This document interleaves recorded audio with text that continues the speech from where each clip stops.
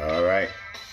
As always, I do not own the rights or privileges to play this music, but it is 12 o'clock and it is a Thursday and you're hearing Prince. So that means we are inside of the Greenhouse Effect.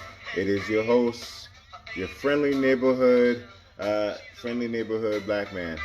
Let's call it that. It's Hayden Greene, your host again, and we are inside of the Greenhouse Effect. This is She's Always in My Hair by Prince. Again, I do not own the rights I do not own the rights to any of this music. I feel like that's what I need to say in order for me not to get muted. So we're gonna have a lot. We have a lot of things to talk about, and I wanna get to it pretty soon. Um, but we are trying to trying to wait for a couple of people. We're gonna have a couple of guests today. We're gonna try to have guests today, like we did last week, because we are struggling with technology. Because I am not a technology person, but I play one on TV. Okay, so where are we? Let's see here.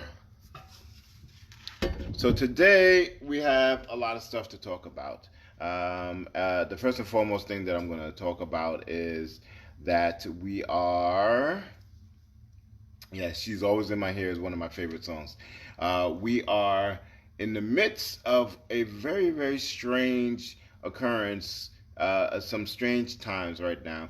Um, and so, for those of you who have not been watching or been paying attention, the Supreme Court has rendered two decisions over the last couple of days, and both of them are probably very surprising to people who understand the Supreme Court and who were expecting it to go a one way or another. So the Supreme Court just ruled 2 days ago that the you cannot be fired from a job for being gay.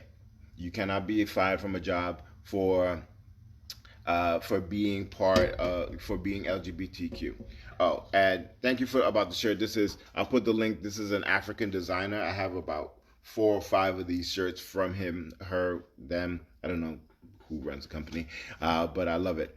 And so they have right, and Laura's right. The conservatives have been really, really, really shocked because the bench right now is 4 to 5 on the conservative side. And so most conservatives expect that when things that have to do with very conservative views come up, that the Supreme Court is going to rule for the conservative side. And so we you get this ruling that you cannot be fired for being gay, and everybody does a simultaneous Scooby Doo, right? Because that's not what we thought was going to happen, and so people are still trying to wrap their minds around that. And then today, the Supreme Court comes out and defends DACA in the face of the current Cheeto in the White House. So it's like, what's happening, right? And I know that there are a ton of people who are sitting around and literally going, wait a minute, we worked this hard, and to get all of these votes and to get all these judges and to block this and to put all these people into place so that they could oppose the conservative view and to oppose the president. And so it has been quite interesting to see what has been coming out, and I've been trying to figure it out myself. I've been trying to figure out exactly what is going on, if because I'm a skeptic, right? So the first thing I'm thinking is like, okay, what's the end game? There's got to be something else, right? Because if they're doing this, that means that it's so that people are assuaged, so that they can do something else and not and people not know what we're doing. So I'm always gonna be that skeptic. I'm always gonna look at it like that. I'm not a conspiracy theorist, but I do believe in conspiracies.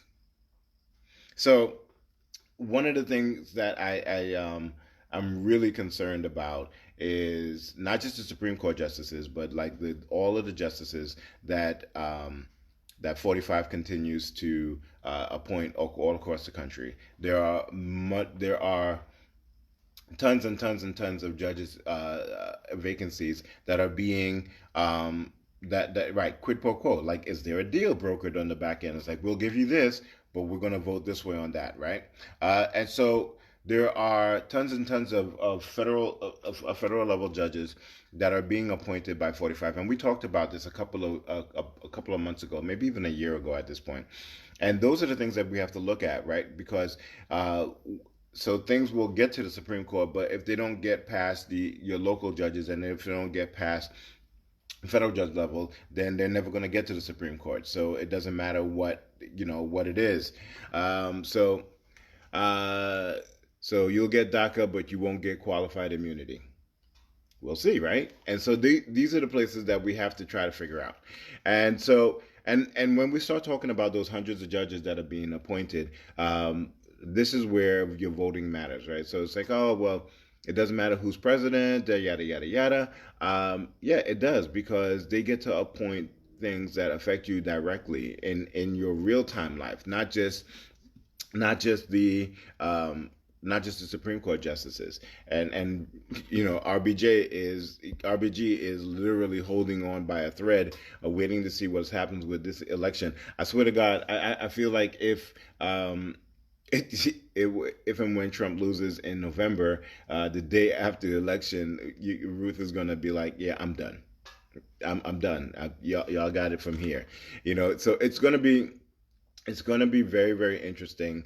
But right now, the Supreme Court is having an identity crisis. It's like, these are not the decisions that we thought were coming. And so again, so you look at, and again, it's the broker deals. It's like, is this being given so that we could further erode Roe v. Wade? Is that coming down the pike? Is that a decision that was broken in the back? So that's a scary part, and it's a sad part. It's a sad way to live, right? Because now you get something that you're supposed to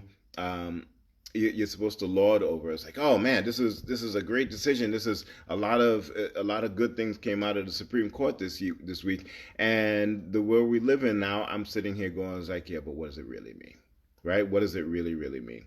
And that's really sad, because everything comes tainted. Everything comes with a different point of view, and that's annoying. And I can't help it, because that's what we have seen in the past. So that's one thing. On a completely different note, I am exhausted. Somebody asked me, "Why are you exhausted, Hayden?" The delay is ridiculous. Anybody? Why are you exhausted, Hayden? This is why I need a live audience, right? So we could do that vaudeville thing. It's like, I'm so exhausted. How exhausted are you? Well, I'm so exhausted because I live in Brooklyn. And if you live in Brooklyn, you know, why are you tired? Thank you, Lindsay. I'm tired because I live in Brooklyn. And if you live in Brooklyn, you know that every single night for the last 2 weeks has been inundated with explosion level firecrackers. I mean, we're not talking about streamers. We're not talking about Roman candles. We're not talking about stuff that's just popping off. We're talking about military grade explosion type. This is ridiculous. This is absolutely ridiculous. And so nobody knows what's happening. I think we may have talked about this yesterday. And we may have talked about this, not yesterday, last week. We may have talked about this last week, about the fact that there's a lot of fireworks. This is next level, and they're not running out. There seems to be an unending supply of fireworks. No, they're fireworks, done. Now, I live and grew up in Brooklyn for many years. I can tell the difference between gunshots and fireworks, unless people are using mortar cannons, right? And this is this is ridiculous at this point in time. I'm not one of those people who I'm not one of those people who's like, oh my, those young people need to settle down. It's like, you know what? Yes, up 4,500% from last year. Um, I'm not one of those people who are like, oh, this needs to stop and stuff like that, but this needs to stop. This does need to and I don't understand what's happening. And there are a number of different theories that there are less cops enforcing because they are because they're all dealing with the riots and stuff like that. And then there's other people that were saying that it was for the Puerto Rican Day Parade. That's not what's happening right now. It is ridiculous. But it's not all. It's happening in several cities. But Brooklyn is the epicenter. I live in the district that has the most reports. We have over 200 reports. Um, my mother says she saw a guy with fireworks in her hands running up and down the streets. First of all, Mom, why are you in the streets? That's the first thing. It's like, how are you seeing this? You're supposed to be in your apartment. Why are you in the streets? See, this is how people tell on themselves. She out here doing what she ain't supposed to be doing. Somebody go get my mama. All right. Military target practice, Lindsay says. I think that's hilarious. But we're not talking about regular fireworks. We're talking about like mortars. We're talking like house rattling. And here's the thing. I would be all I would be all for it. Everybody like do your thing. If you would start at like 7:30, 8 o'clock, and go till 10 o'clock, I was like, you know what? I could deal with that. After 10 o'clock, I know that I can, lay my head down and I'll be fine and all the rest of that. But they are not only starting early, but like different parts are starting at weird times. Last night, it seemed like they were in my backyard. They were in my backyard and they started at 1:30 in the morning. I don't care. I don't care who you are. I don't care what's going on in the world. 1:30 on a Wednesday night is not okay to set off mortars. And again, it's not the not those things. It's the boom, boom. That's not okay. And I'm here to tell you that I'm going to be the grumpy old man on the lawn and say that it is not okay what is happening in Brooklyn right now. And somebody needs to do something about it. And somebody said that it's like, well, if they're doing this because they're protesting July 4th, we'll see. But I can't take it.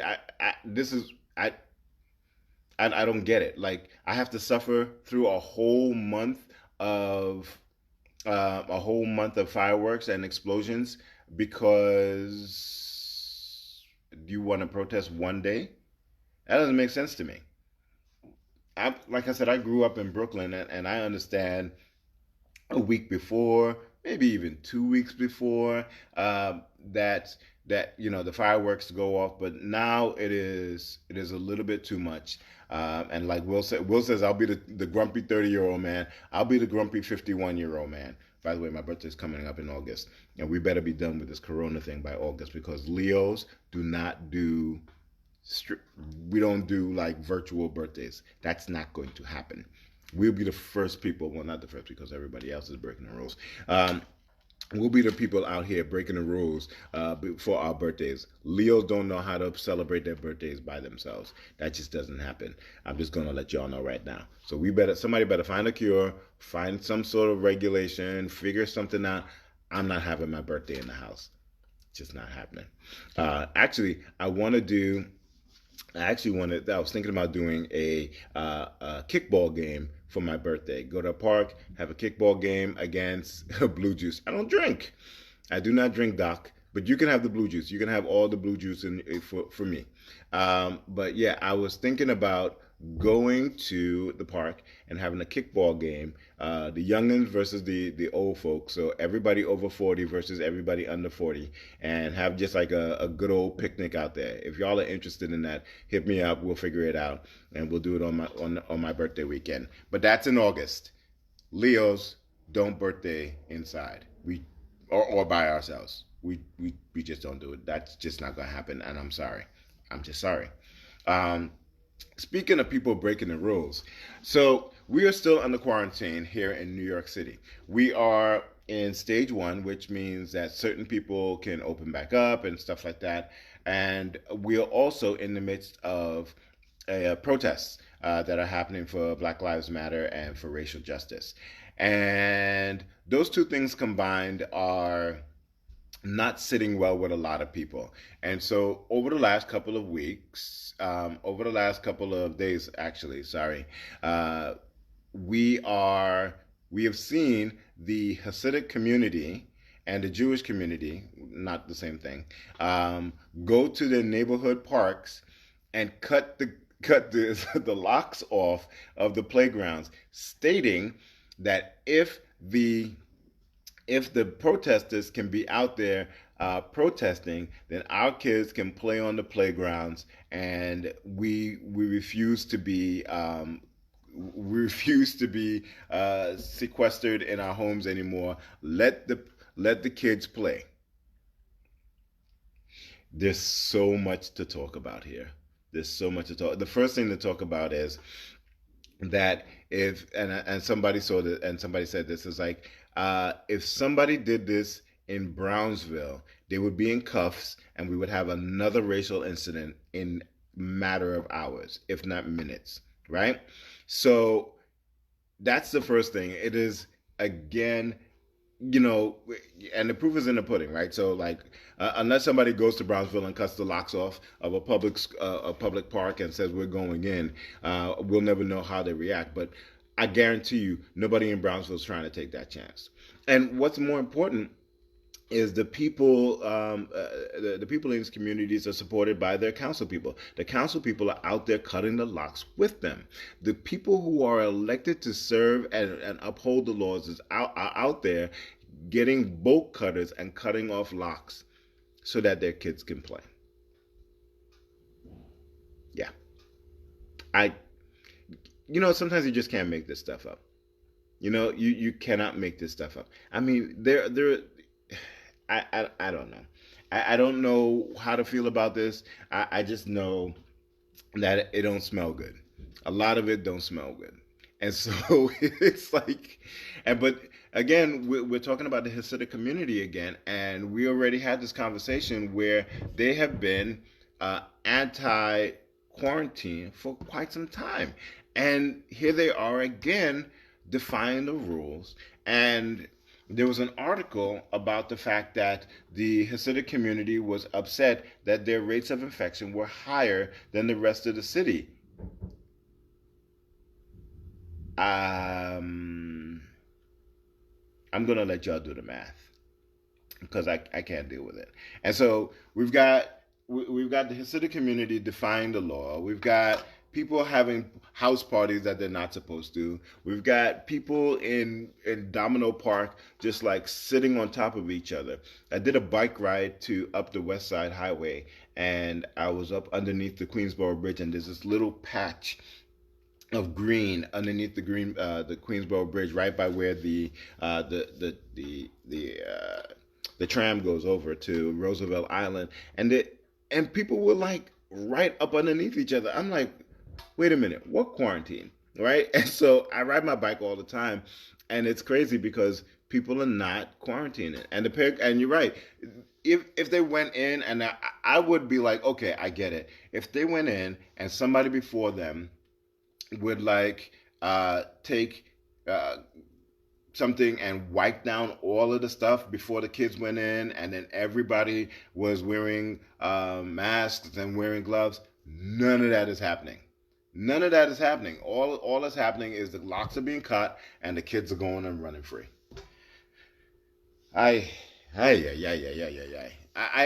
pray that we make it out of this because we are a society that is like at the point where it's like I'm tired of being quarantined. So you know what, the epidemic is over. I'm tired. I need to be outside, so the epidemic is over. We're not gonna wait on science. We're not going to wait on a cure. We're not going to wait on a vaccine. We're not going to even wait for the the healthcare workers who have been working nonstop for 3 months straight, nonstop for 3 months straight. We're not going to let them take a breath.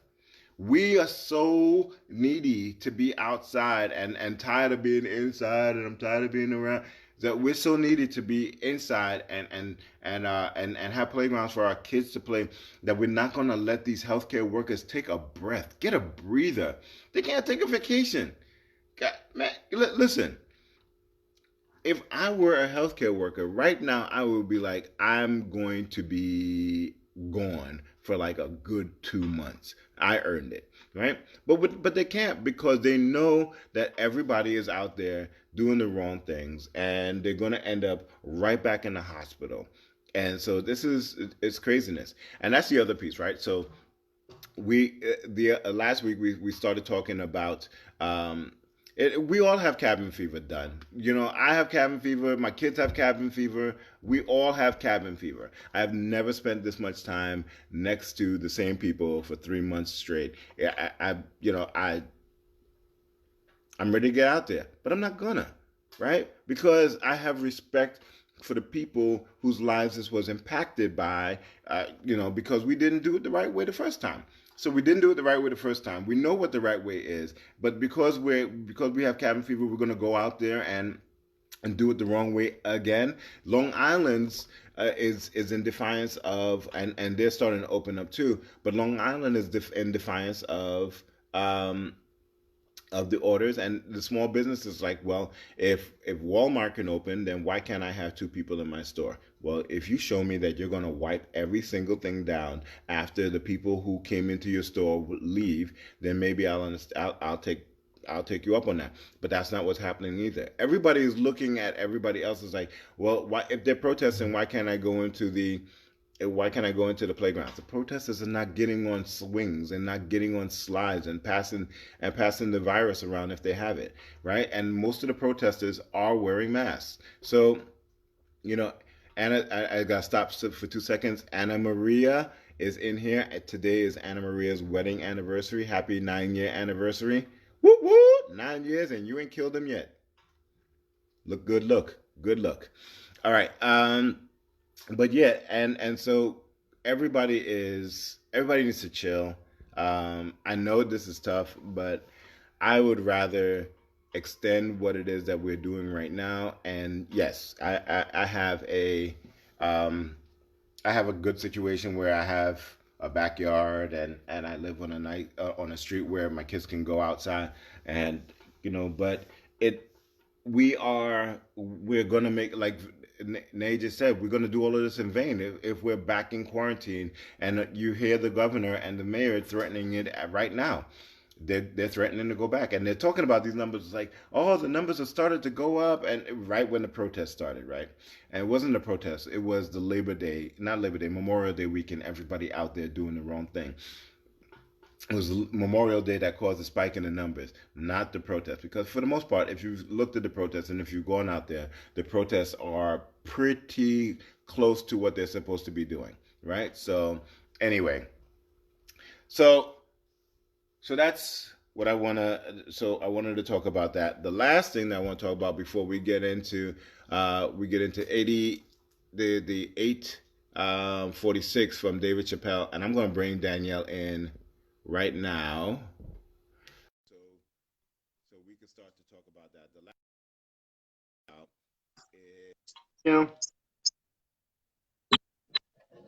can you hear me? Hey, hey. Yeah. All right, good. The last thing that I wanted to talk about before we start talking about the Dave Chappelle special is, now everybody is trying to do something that is woke, so to speak, right? So we got a whole bunch of wokeness going on, and the last thing that we heard, or the last thing that happened, is Aunt Jemima and Uncle Ben are going to be changing their symbolism, right? They're going to rebrand, is a better way of putting it. And so my question is going to always be, well, how are they rebranding, right?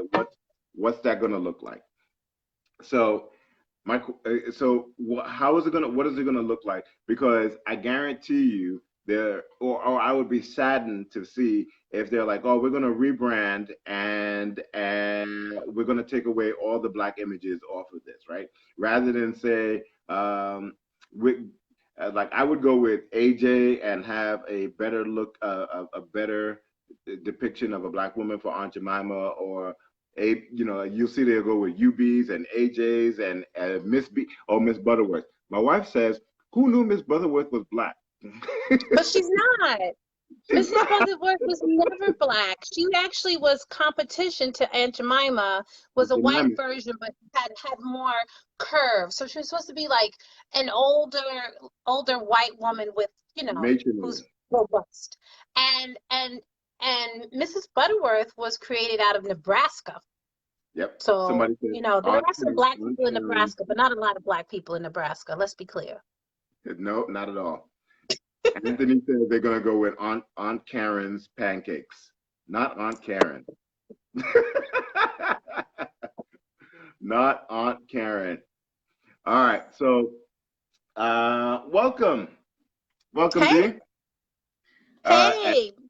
Anthony said, now we got guests because now we fancy. I was like, I've always had guests. We always had guests. It's just been a minute since I've been with you.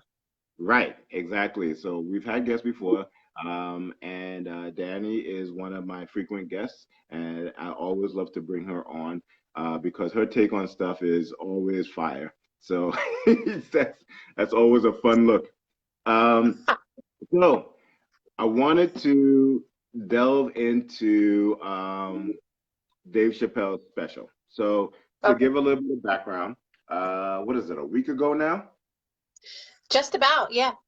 Yeah, about a week ago, Dave Chappelle, in the middle of the night, dropped a new comedy special, right? And those of you who are listening and can't see me, is a he did a comedy special, and I put that in air quotes because literally there were no jokes, and No, there was not. but it was the best thing ever. It's called 826, and so it really delves into 846. 846. 846. 846, sorry. It's called Mm-hmm. 846, and it delves into the way he is looking at the racial upheaval that he is seeing in the country right now. And it is Mm-hmm. probably one of the most heartfelt and just like sincere analysis of the You know, so of what is happening. And so I was like, I have got to talk about this, and I got to bring my friend on and talk about it as well. So Danny, how did you hear about it? Like, how did this hit the waves of your shore? it out of nowhere, literally. I've watched it when we first spoke about it, I had watched it 3 times. I now have in total watched it about 6, 8 times. Um, and it just came out of nowhere. Like, it was like an article drop, and I was like, Right. what's this? And then I opened and I said, oh, snap. Okay, all right, you got my attention. And as you know, it was barely 28 minutes worth of work. And because of how it was formatted, it moved so fluidly. Yeah. I don't know how else to describe it because before you know it, it was over. And that and, And and that's the piece, right? Like when you open it up, you're like, oh, this is 28 minutes. It's like, I don't. It's not even 30. It's not a full hour. What's happening here? it was very fluid. And before you know it, it was over. There was one point when one of the times that I watched it and it was done. I was like, wait a minute, did I miss something? I had to go back and I was like, no, I didn't miss anything. It's just the way how it was done. I think, and it was done on purpose that way. It's like, let me grab your attention, let me say what I have to say, and then I'm done. So that's an interesting point because I have a question about that. Um, Mm-hmm. I'm not sure that that's the show that he meant to do. I'm not sure that that's what he left his house to do, right? I'm also not sure that he actually had any jokes. So I look at that book all the time and I'm like, what's in that book? Was he really going to come and do a set? Was he really going to come and do I think that he had that as a backup if things became very uncomfortable so for then I'll do folks. some jokes if you don't like me talking about this George Floyd. Exactly. Like, let me Okay. have a backup if if this doesn't sit well with you. Okay. I noticed that there were a lot of individuals that were affiliated with Color of Change.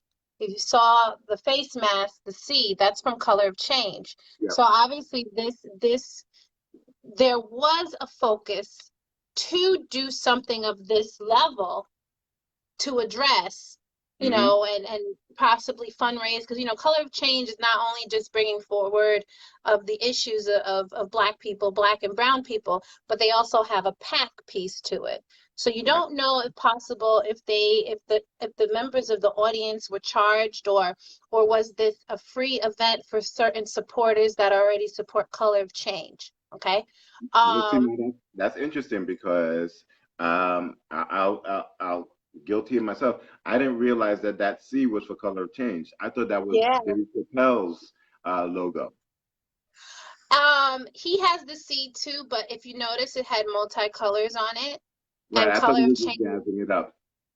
Color of Change has that. But maybe I'm wrong, but that's the C that they use that they No, no, no. utilize. You're probably right because I, you know, did not know that. Because I looked at it and I said, "Is that Color of Change?" Like, because they have a two-dimensional, three-dimensional color spectrum on their logo. Right. So if it's Dave Chappelle's logo, great. But if it's Color of Change, then everything makes sense and so everything's intertwined. Right. But that's how I saw it, because I was like, okay, because it was like several folks. Unless he was giving them out as a gift for attending, who knows? But Right. I have to believe he had that book as backup. And if you remember, he said, I could tell a joke if you guys aren't comfortable with this. And it Yeah. was like folks in the audience were like, continue, Right. Right. you know? Can And I yeah. wanna before we get into the topic matter, so I work in higher education and we do events all the time. So I have to talk Hmm. about the fact that just without pomp and circumstance, Dave Chappelle put on the first live concert in the in the Northeast, in the Northern Hemisphere, very, very quietly and very, very successfully. And with what really seamlessly showed us all how what the new normal might look like. Yep, sure did, on how And to do events.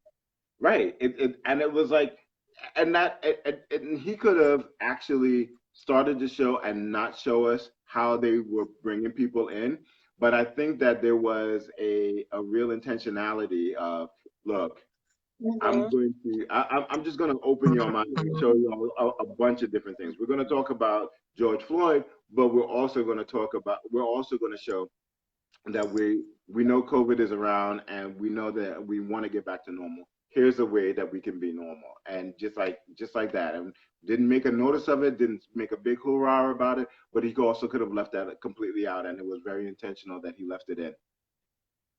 Yeah, agreed. I thought that was So, very interesting. so go ahead. What were you about to say? I cut you off. Um, Within the material that was done, a lot of symbolism. Mm-hmm. When he talked about the time that they took in ending George Floyd's life and how that was the time that he was born. So, like, the correlation between a beginning and an end. Mm-hmm. And when he said that piece, to me, it was just very disturbing. Because Mm-hmm. when you put it in context, it was like, wow, that's pretty deep. Like, you remember, it's on your birth certificate the time that you were born. you have your birth certificate, you see that, and then somebody died within the, the amount of time, that's a timestamp of your birth. Yeah, Um, they're and it really numerology. makes you, yeah, and it really makes you question your existence. And Yeah, I actually saw that within him when he was on the stage talking about it. He full was full very disturbed. emotion. Yeah, Yeah, it disturbed him as well. he was very disturbed. And then when he talked about, you know, George Floyd calling out for his mama and saying the last time I heard someone call out for is my father when his grandmother died. You know, I think to me, I appreciate that Dave Chappelle did this for the fact that for the overall arching community that knows him, black, white, brown, they see him as a funny man. Um, Mhm. but this was the first time I feel that folks saw him as a black man Right, and right. really getting to see where he's coming from and what are his day-to-day struggles, which are day-to-day struggles for you, Hayden, and even for me as a black woman. Yeah. There's some serious duality that now a lot of people are being exposed to in seeing how we live. Here is a man that is very successful in his industry, took a Hmm. break. People missed him. They would watch the Chappelle show, the reruns ever. He came back and he does these specials from time to time and still always strikes a nerve. But with this one, it was just even more impactful because you're seeing a human side of him, a human side, and a side as a black man. Yep, absolutely. And I think what the greatest thing about what Dave Chappelle did was that he was able to bring us into his world and bring us into how he was dealing with it. I think that his talking about the earthquake was Yes. absolutely brilliant.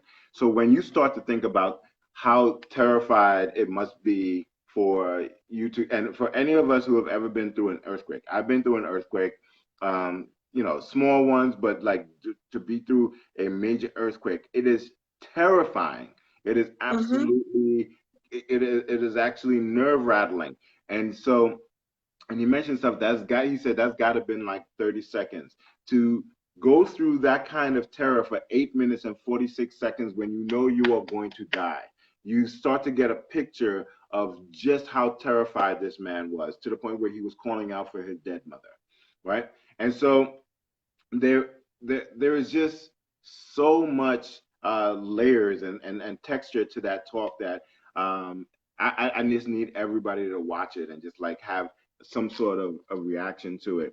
And he talks about something that I've really been asking about all this time too. This guy with his knee on George Floyd's neck had his hands in his pocket. What's Yeah. that about? You know, normally you would Saying that see, he can do it, it's a form of posturing. Let's call it for what it is. and just like, what's the message that you're sending, right? Because at that point in I can time, do you are it. sending a I, message. I, I have authority. I Yes, have even more so of an authority as a white man. What are you going to do? yes. Nothing.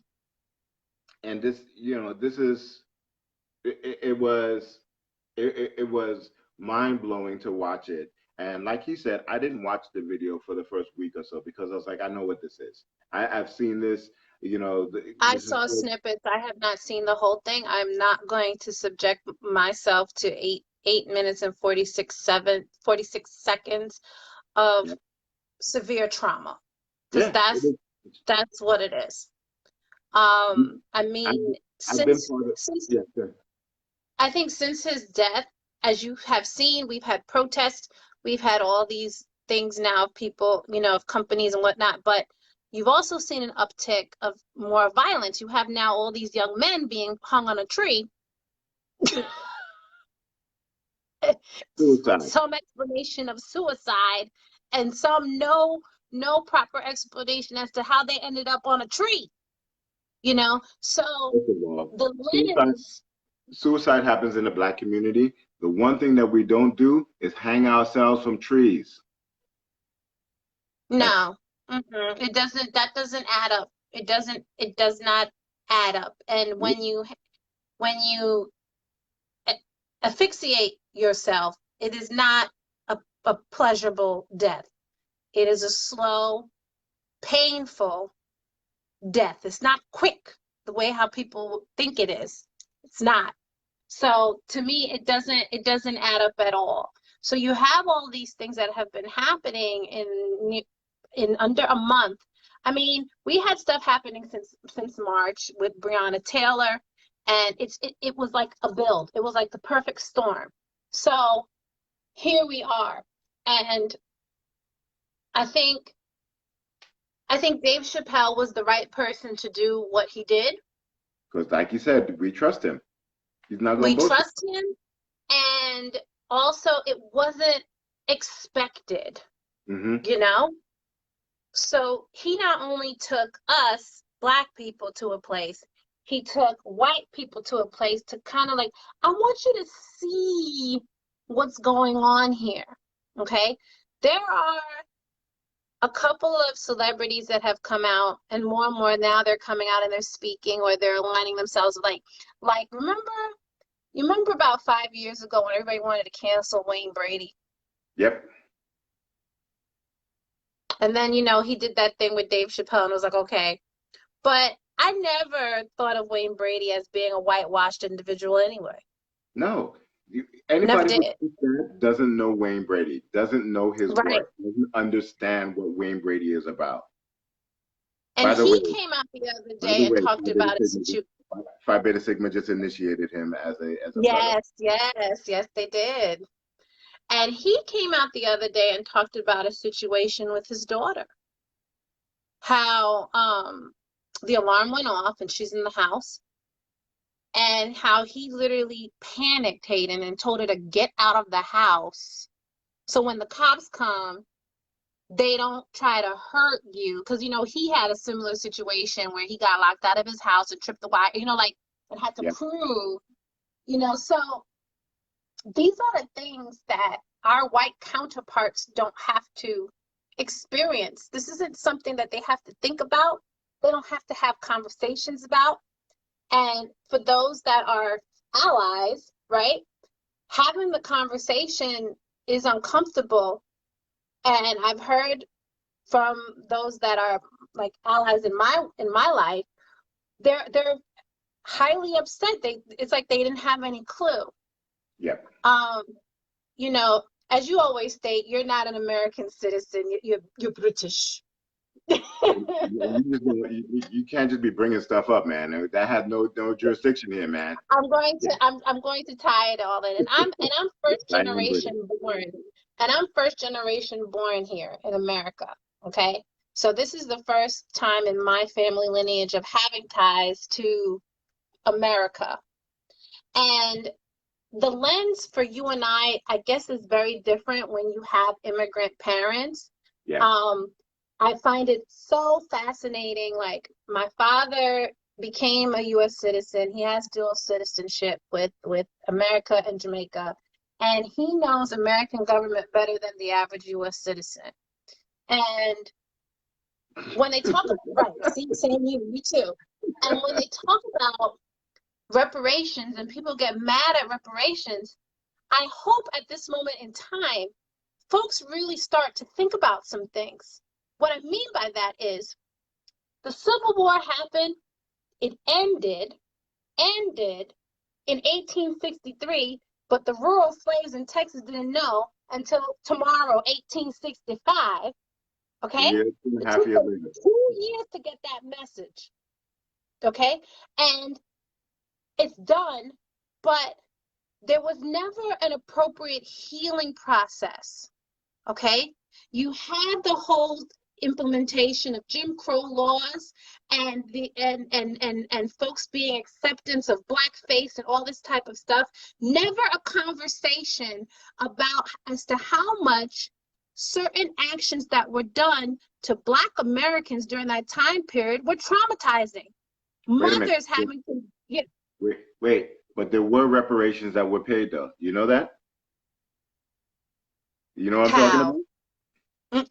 Mm. In I know. England, in England, because they decided to stop the slave trade, they Yep. paid all of the slave masters and all of the slave owners a total of $200 million in Yes. those times, And which is billions of I dollars in this time. I knew you were about to say it, but it was never dispersed to But it was never Black supposed to people. be. It was But a that's compensation because we took away right. your property. So Property the is compensation has been paid, but right. never to the people who were enslaved. I think, and because people, the levels of aspect of these traditions that have been passed down since Civil War to white people, it's like indoctrinated in them about the rebel flag, the Confederate flag, having house servants, blackface, mammies, all that type of stuff, and not having a space to properly make sure that Black people were okay. Let's just keep it real here. We are going on, was it technically like 56 years of being classified as a full-blown human being? And what I mean by that with the civil rights with the Civil Rights Act, that's not that Correct. long Yeah. ago. Okay? And So Chappelle brings that up. It's like his great grandfather was a slave. This is not generations and generations ago. This is less for a lot of people, less than two yeah, generations out. yeah. And it's now, and I know there is a concern of folks doing these things to be on trend. And that's my concern too. I'm not gonna lie. But I'm just kind of like, this is the time to have the conversation. Okay? Yep. Like, I have folks I went to high school with, I moved up into Orange County upstate, and a lot of my former classmates are all about, I'm for the human race. I am too. I am too. But at the same time, I'm a Black person and I'm a Black woman. It's twofold, okay? And my life is different to your life. Okay, Mm-hmm. you don't have to think about the things that are perceived about you when you walk through that door. I was just having a conversation with, we did a podcast yesterday, and we talked Mm-hmm. about privilege, and people get bent out of shape when we start talking about privilege. And one of the things that I said is like, look, having privilege doesn't mean that you're rich. Having privilege doesn't mean Right. that your life is so great. Having privilege simply means that if things happen to you in your life, it won't be because of the color of your skin. That's what Exactly. that's what privilege sits with. That's how it's played out. And we talked last week. I don't know if you were able to catch the show last week about the fact that a lot of times we spend a lot of time explaining different terminologies like all lives matter, like bolstering against all lives matter, or the kneeling wasn't a protest against the flag, it was a protest against police brutality, and these are all red herrings, right? We spent Yes. all this time talking about, well, I didn't really mean that. This is what I meant, or no, that it's taking you off the track and taking you off of the real thing that you're trying to discuss. But yeah, it's. I want to jump back into the 846 Yep. thing. Yep. One of the things, the most like I was wondering where he was going with this. One of the things that was the most emphatic part of this thing was when he started talking about Chris Dorner, and Oh my God, I was just about to bring it up. Get out my head. Go ahead. like I'm like, oh man, why is he bringing up this cop killer? Why is he bringing up the fact that, and to a certain extent, like he understood, like, look, he did everything right. He did everything that he was supposed to in order to get his stuff back, to get his life back and stuff like that. And then he went and wrote this manifesto. Um, was it Dave Chappelle that did the bit about I'm gonna give this guy pencils every single day because when he comes to shoot up the office building, he's gonna like me, not everybody, and not everybody else. I think so. I can't remember. So there's a comedian that does that. So when he wrote the manifesto and he called Dave Chappelle a genius, and the cops were coming and it's like, well, we're going to protect you. And Dave's like, nah, he likes me. Y'all are the problem. But Right. They find the guy holed up in a cabin, and 400 cops show up for one guy. 400 Yep. cops show up for one guy because they had killed one of their own. And in that moment, he says, "What do you think is going to happen when we see you kill one of our own in front of our face? What is going to happen when we see you kill the person that looks like me? What do you expect to happen?" And in that moment, I'm like, I don't want to hear anybody ever say anything ever again about that. Like, go watch that 5 minutes of that and understand the passion and the pain that Black people are feeling when you see somebody's life get snuffed out from underneath them in the moment, and he knows he's about to die. This is not a gunshot. This is No. not this, you know. This was And this this is was a why, long stint of torture. yes, It was torture. when we see Eric Garner and we see George Floyd, it is not the immediacy of like a gunshot, or or anything along those lines, where it's like 1 minute he's there, next minute you watch the life drain out of these men, and there is Between no, them and now Rashard Brooks, right, to and see the footage of the man kicking him. Like, there is no way that anybody can watch that and not be infuriated. And yeah. so when you have people like Candace, what's her face, Candace Parker, talking about, well, Oh, he was a criminal, nobody should die like you mean Candace Owens? Candace Owens. Nobody should I die like don't that. give her any I don't give her any credence. She is a So mess. nobody does, but there are people that do, because Yeah, she has no. she has Black skin, and when they're looking for an excuse, they use her words to you know And she really against. came out of nowhere. Just to touch on that. Came out of nowhere. Yeah, but I'm not even going to give her the credence, because No. she's actually citing, though, this is not her own work. If you listen to the piece that she talked about, she's actually citing the works of a scholar who's talking about the Black community always seems to pick the worst of its community Yeah. to hold up as their heroes. And they've absolutely broke it down, where he says, look, we didn't choose Floyd, right? They killed him. That was wrong. So he's the guy. That's it. That's it, right? So there's no like, oh, we're gonna look for somebody to be a hero, and because when we do look for people to be a hero, y'all killed them too, right? Pretty So much. so we It have a doesn't whole, matter how they come in. It yeah, doesn't matter how they come in, their socioeconomic background, anything, their appearance. It doesn't matter if they're peaceful, if they're rebellious, whatever you want to call it, they get killed. yep.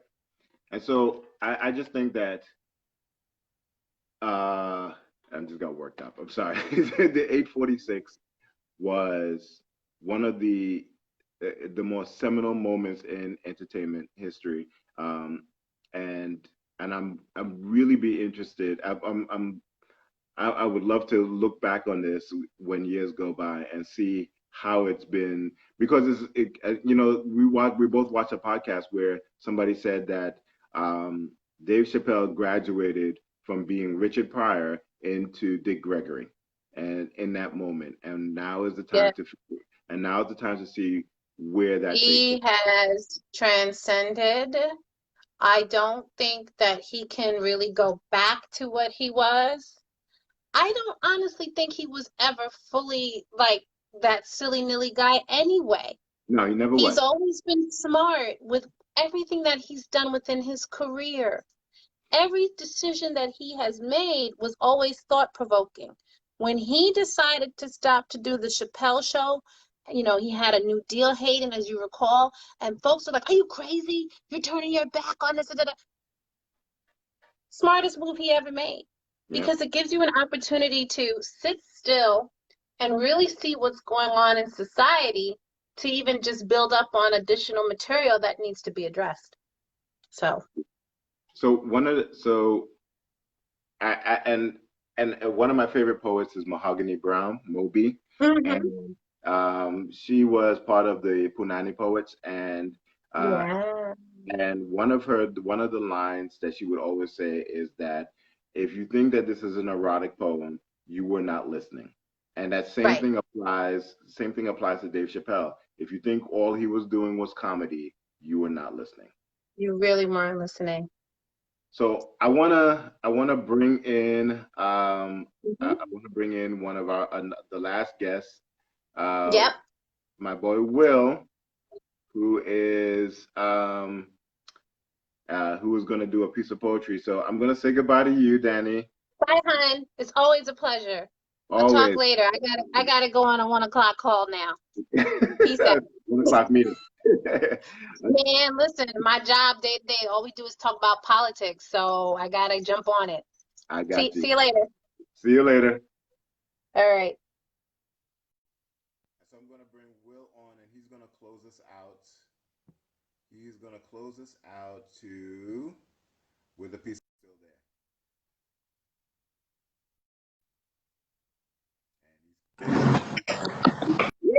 What's going on, Hayden? How's it going? It's going, man. It's going. Ladies and gentlemen, I'd like to introduce Will Dennis, an amazing poet and a certified private student, even though he's wearing a crimson hat today. I'm gonna say that. Will, I'm gonna let you close out our session today with your piece. Even though we don't have a lot of time. Head on up. All right, so this piece, I only have a couple minutes. It's called We Too Sing America. So enjoy. If you like what you're hearing, please comment. Please follow me on Instagram, Poetic Sigma. Add me on Facebook, Will Dennis. Red and blue lights flash with a disharmony of people and sirens on vehicles with serve and protect and blazing on the side. Suddenly vanishes, they figuratively and literally keep their knees on black necks. I think about the jumpsuits, ordered for the new class of institutionalized slaves, brought in shackles like those that came across the boat into this new world, and also cold prison bars, predicted based on the number of African Americans who failed a third grade reading exam, taken before they're able to comprehend the meaning of the society that will strip away their innocence the moment that they are seen as a risk. How do fathers gather their thoughts to have the talk with their sons? No, not the birds and the bees, but the disease known as the police, the plight of the judicial system, and the pandemic of mainstream media. And how do mothers teach their daughters not about what it takes to be prom queen, how to celebrate their sweet 16 or their dream wedding wing, but about a society that prejudges and uses the melanin in your skin to label you as inferior, but yet they claim they aren't racist because they have one black friend. Or that their favorite player is LeBron James. But if LeBron was a normal guy from the Bronx without the fame, he would just be seen as another nigga. The fear, your adoration of our culture exists. The fear lies in the fact that at any moment we can leave our homes and be stopped and frisked, and thrown in the cop cars and charged with sentences in which the subject doesn't quite add up to the predicate. And cops insist that race isn't an issue, but I know when the time comes, although a bullet has no name, it will have a color. The adoration lies in the fact that facets of our culture that used to be deemed ghetto are now seen as hip, new, and trendy. So cornrows, baggy jeans, and twerking are now in Cosmopolitan magazine. Dreadlocks no longer have dread, and do-rags are the new fashion trend. These people want the essence of our ebony vibe and black enterprise, but this time just without us. Langston Hughes said that I too sing America as I realize that this too is America, where we get scrutinized for playing the race card because the deck is always stacked against us. Kings and queens being played by the jokers of the society that still sees us as 3/5, and cops using us as their ace in the hole just to meet their arrest quotas for the month, wondering how can we build the foundation when the 1% feel that they have the heart to jack our blueprint and call it theirs 99% of the time, so you can call this reneging, causing us to start from scratch, and it seems like we're in the same club of diamonds in the rough. Started from the bottom, but I'm unsure where the bottom really begins, so let's just call a spade a spade. And the words that I speak are not deep, but it's the voices of our ancestors that are deeply rooted underneath, as 2020 feels eerily similar to 1960. As I sit, look at my kids and think to myself about the fear that faces our youth every day. Do I willingly let my son play cops and robbers with his friends, knowing that when they all grow up, they'll most likely be viewed as a ladder, and as a parent, I just want them to grow up alive? Do I let my daughter go outside at night without fear that she'll be another statistic of those deemed suspicious because she wore a hoodie on a chilly night? Or that stand your ground only works one way? Or that even as I have my hands up, they will continue to shoot? Or when going for a jog as a way to exude self-care, I am still hunted. And even as I'm gasping, I can't breathe, it will keep choking. And even when sitting in the comfort of your own home, you may not be safe. Or that if approached by cops telling them not to reach for their wallet because even in a routine stop, cops would think otherwise, hashtag say her name. Or do we prep them for the fantasy of stories they will learn in schools they attempt to teach them about America? A 6,000-page book with as many pages stuck together as false lies about how this country was great, but was a country that was stolen and built on our backs just to create a system in which we are constantly under attack. And when we fight back in response to these stolen lives, which occurred on stolen land, which was built on the backs of stolen people, we are the criminals. The irony is if America was the rebutted, it cannot muster up the words to speak back, because it would just spit up the blood of our slain people that has been absorbed in its topsoil over the past 400 years, the seeds of strange fruit. Hashtag after hashtag, but we can't comprehend all the toe tags from the body bags due to fraternity of scumbags that continue to utilize a system in which we never had a chance. The truth of the matter is that we are fighting two pandemics at the same time, both disproportionately killing us as we continue to fight to just matter. So, we do too sing America. I guess I'm just trying to understand what the fuck we're actually singing about.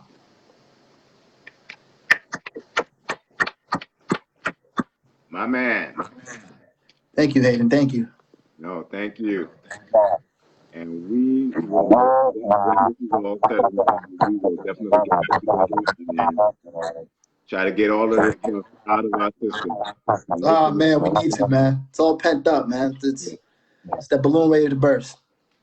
Indeed. Yeah, my man. Thank you so much. No problem. Thank you. Thanks, everyone. All right. Go Mob. Go Mob. All right, good people. We have had ourselves one hell of a show. We are over time, and thank you so much for jumping on and doing that piece. Thank you, Danielle, for being my guest today. And next week we got another show. I'm sure there's a whole bunch of stuff that'll happen between now and then that we're talking about, but we'll also have another guest next week as well. So once again, stay safe. Play yourself some Prince music, and I love you guys all. Be well. Peace.